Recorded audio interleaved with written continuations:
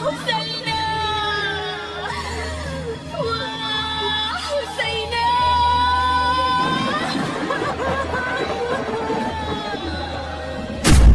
اعوذ باللہ من الشیطان الرجیم بسم اللہ الرحمن الرحیم۔ اللہ تبارک و تعالیٰ کے نام سے شروع جو بڑا مہربان اور نہایت رحم کرنے والا ہے۔ تاریخ انسانی میں آنے والا بہت دردناک اور سیاہ ترین دن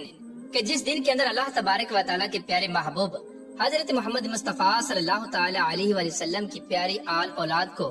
اور اہل بیت اطہار کو چن چن کر شہید کر دیا گیا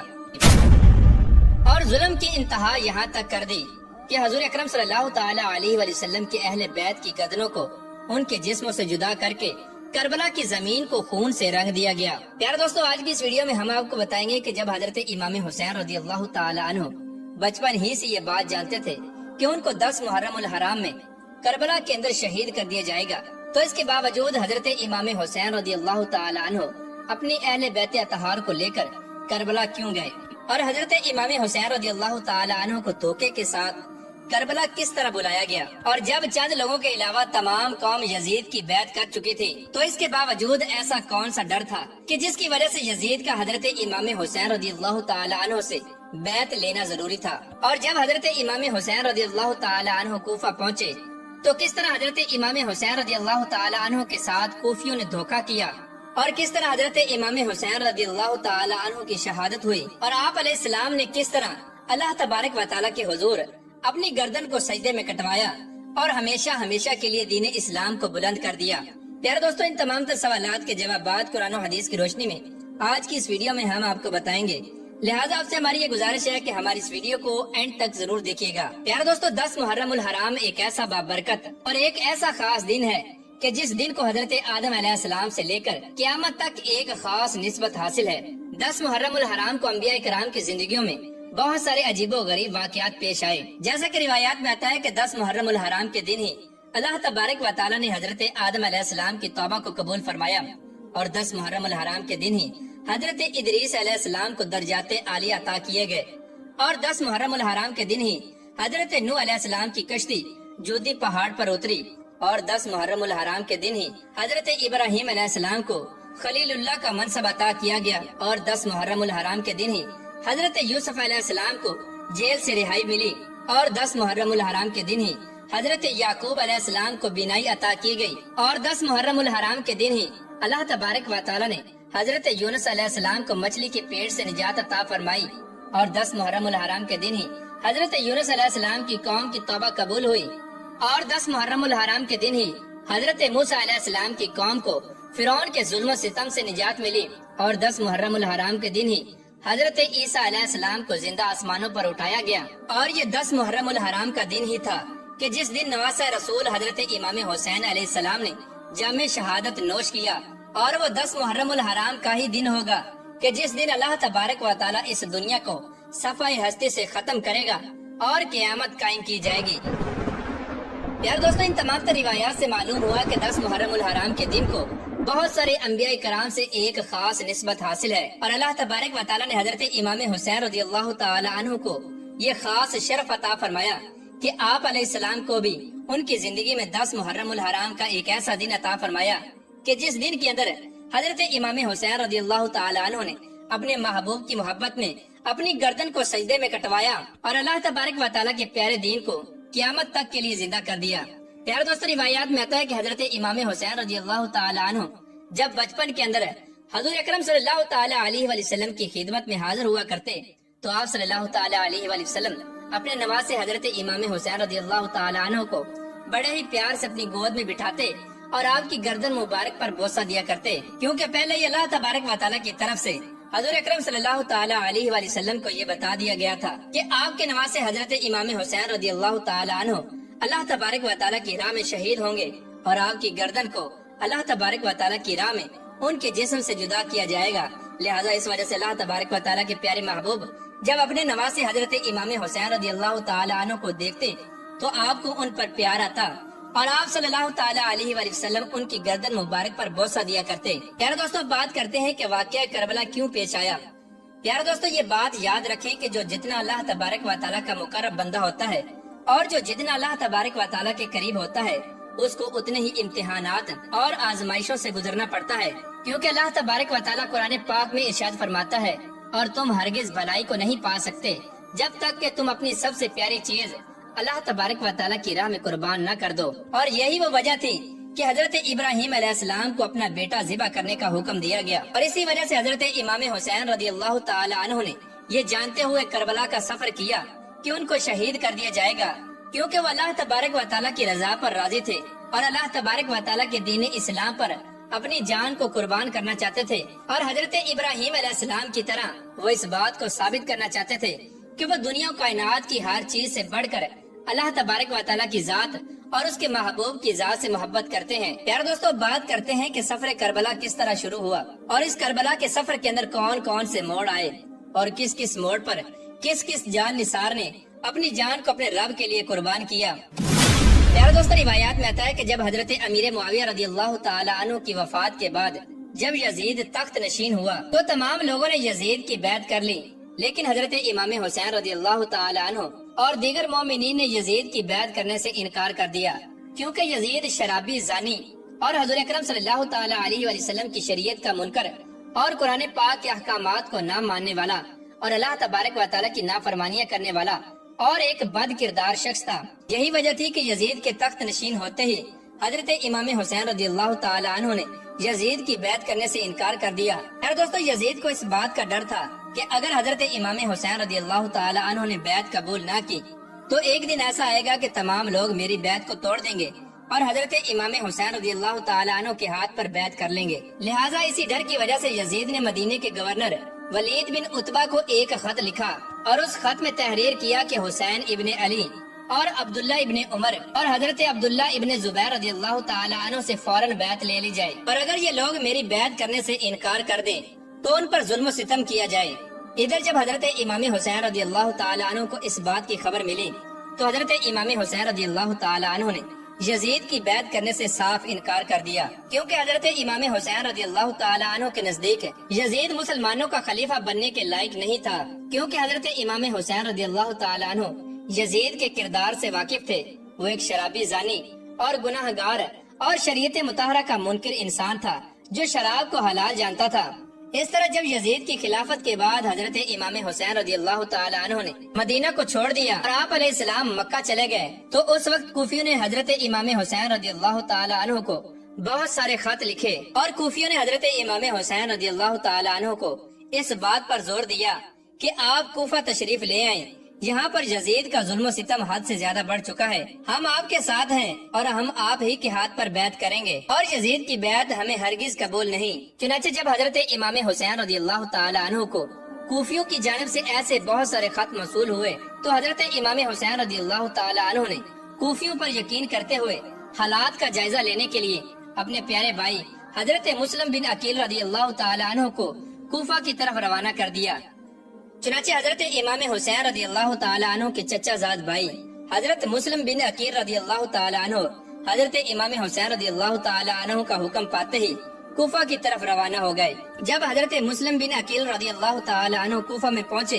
تو کوفہ کے لوگوں نے بہت ہی عزت اور احترام کے ساتھ حضرت مسلم بن عقیل رضی اللہ تعالی عنہ کا استقبال کیا اور بے انتہا محبتوں سے نوازا، یہاں تک کہ 18,000 کوفیوں نے حضرت مسلم بن عقیل کے ہاتھ پر بیعت کر لی۔ اس طرح جب حضرت مسلم بن عقیل رضی اللہ تعالی عنہ نے کوفہ کے لوگوں کا یہ پیار دیکھا تو اس وقت حضرت مسلم بن عقیل رضی اللہ تعالی عنہ نے حضرت امام حسین رضی اللہ تعالی عنہ کی طرف ایک خط بھیجا جس کے اندر یہ تحریر فرمایا کہ آپ جتنی جلدی ہو سکیں کوفہ تشریف لے آئیں، کوفہ کے لوگ آپ کے ہاتھ پر بیعت کرنا چاہتے ہیں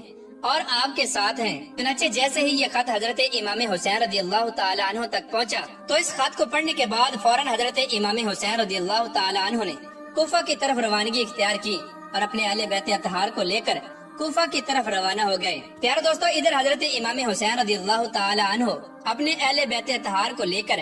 کوفہ کی طرف روانہ تھے، اور ادھر کوفہ کے لوگوں نے یزید کے ساتھ مل کر بغاوت کر دی اور حضرت مسلم بن عقیل رضی اللہ تعالی عنہ کو بے دردی کے ساتھ شہید کر دیا۔ ایک دم سے کوفہ کے حالات اس طرح بدل گئے کہ جو لوگ حضرت امام حسین رضی اللہ تعالی عنہ اور حضرت مسلم بن عقیل رضی اللہ تعالی عنہ کے ساتھ محبت کا دعویٰ کر رہے تھے وہی ان کی جان کے دشمن بن گئے۔ پیارے دوستو، اس سفر کے دوران حضرت امام حسین رضی اللہ تعالی عنہ کو کوفیوں کی بغاوت کی خبر ملی، اور یہ خبر بھی ملی کہ حضرت مسلم بن عقیل رضی اللہ تعالی عنہ کو شہید کر دیا گیا ہے۔ لیکن اس کے باوجود حضرت امام حسین رضی اللہ تعالی عنہ نے کوفے کے سفر کو جاری رکھا۔ ادھر یزیدی فوج اس بات کا انتظار کر رہی تھی کہ کب حضرت امام حسین رضی اللہ تعالی عنہ کا لشکر کوفہ میں داخل ہو، اور کب ہم لوگ حضرت امام حسین رضی اللہ تعالی عنہ کے لشکر کو گھیر کر ان کو بیعت کے لیے مجبور کریں۔ چنانچہ جیسے ہی حضرت امام حسین رضی اللہ تعالی عنہ کوفہ کے قریب پہنچے تو یزیدی لشکر نے حضرت امام حسین رضی اللہ تعالی عنہ کے قافلے کو گھیر لیا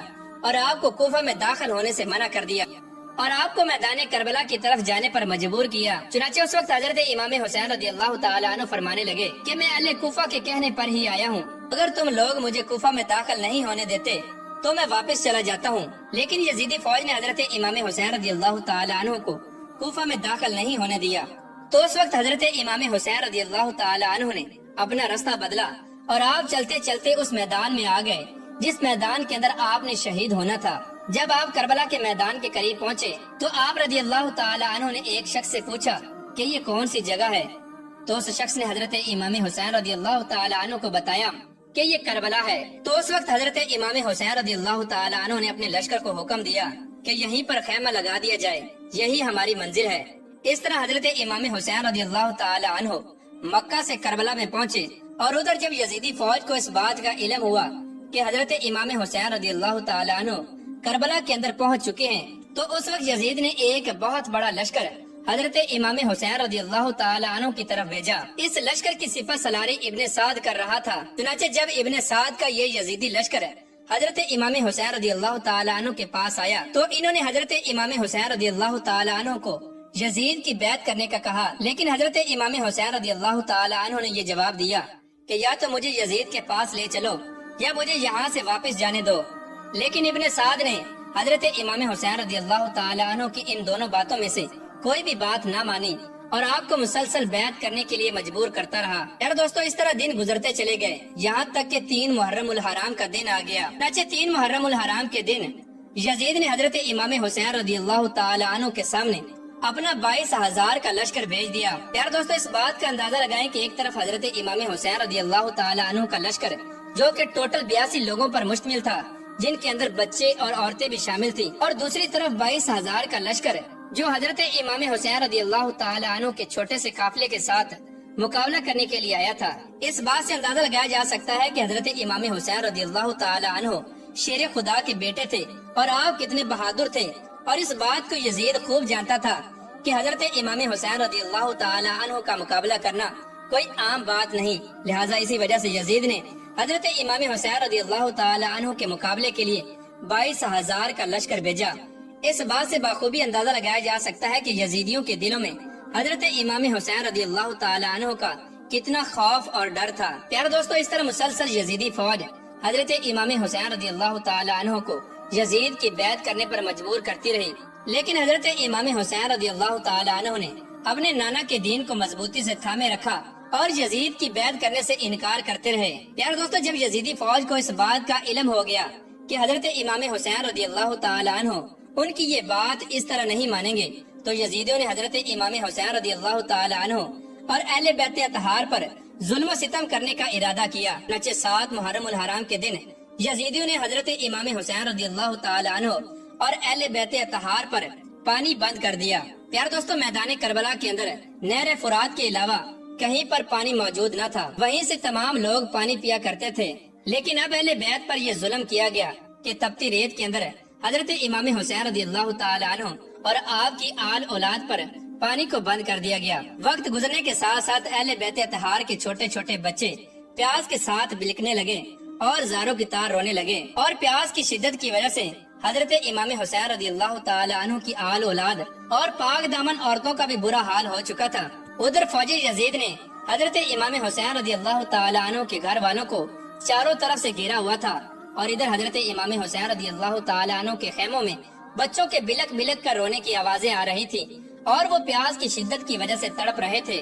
چنانچہ یزیدی فوج نے حضرت امام حسین رضی اللہ تعالی عنہ کے قافلے پر حملہ کر دیا، اور ایک ایک کر کے اہل بیت اطہار کے فرد شہید ہونے لگے، اور جامع شہادت نوش کرنے لگے۔ اس طرح جب 9 محرم الحرام کا دن آیا تو حضرت امام حسین رضی اللہ تعالی عنہ نے حضرت مولا عباس رضی اللہ تعالی عنہ کو یزیدی فوج کے لشکر کی طرف بھیجا اور ان سے کہا کہ ہمیں ایک رات اللہ تبارک و تعالیٰ کی عبادت کرنے کی مہلت دے دی جائے۔ چنانچہ یزید کی طرف سے حضرت امام حسین رضی اللہ تعالی عنہ کو ایک رات اللہ تبارک و تعالیٰ کی عبادت کرنے کی مہلت دے دی گئی۔ چنانچہ یہ 9 محرم الحرام کی رات تھی کہ جب رات کے اندھیرے کے اندر حضرت امام حسین رضی اللہ تعالی عنہ نے اپنے تمام قافلے والوں کو جمع کیا۔ حضرت امام حسین رضی اللہ تعالی عنہ یہ بات خوب جانتے تھے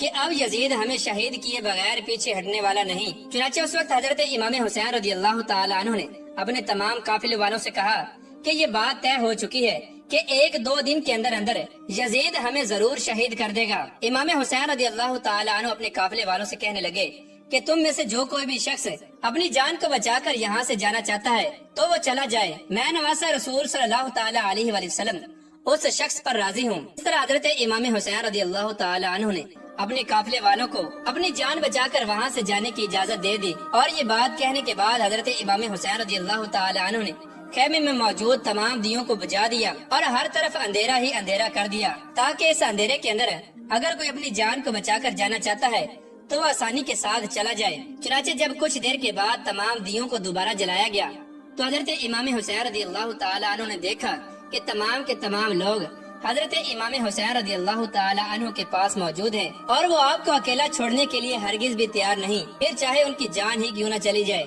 آخر کار رات یوں ہی گزر گئی اور 10 محرم الحرام کا دن آیا، اور 10 محرم الحرام کے دن یزیدی فوج نے حضرت امام حسین رضی اللہ تعالی عنہ کے لشکر پر حملہ کر دیا۔ ادھر حضرت امام حسین رضی اللہ تعالی عنہ کے ساتھ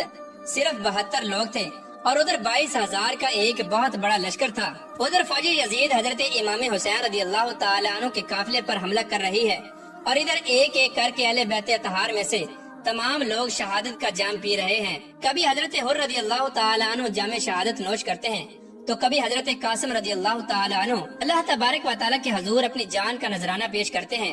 تو کبھی حضرت علی اکبر رضی اللہ تعالی عنہ کو شہید کر دیا جاتا ہے۔ اس طرح 3 دن کے پیاسے اہل بیت طہار یزیدی فوج کے ساتھ جنگ کرتے رہے اور ایک ایک کر کے جامع شہادت نوش کرتے رہے، اور پھر جب حضرت عباس رضی اللہ تعالی عنہ ننھے علی اصغر کے لیے نہر فرات سے پانی لینے کے لیے گئے اور وہاں سے پانی بھر کر جب واپس آنے لگے تو یزیدیوں نے تیر کے ساتھ حضرت عباس رضی اللہ تعالی عنہ پر حملہ کر دیا، اور حضرت عباس رضی اللہ تعالی عنہ کو بھی بے دردی کے ساتھ شہید کر دیا گیا۔ اپنے جو مشکیزہ پانی سے بھرا تھا وہ مشکیزہ بھی تیر لگنے کی وجہ سے پانی سے خالی ہو گیا۔ اس طرح حضرت علی اصغر رضی اللہ تعالی عنہ پیاس کے ساتھ بلک رہے ہیں اور زاروں کی طرح رو رہے ہیں، لیکن یزیدی فوج بے دردی کے ساتھ اسی طرح اہل بیت اطہار کو شہید کر رہی ہے۔ اتنے میں ایک بدبخت یزیدی نے ننھے علی اصغر کو نشانہ بنایا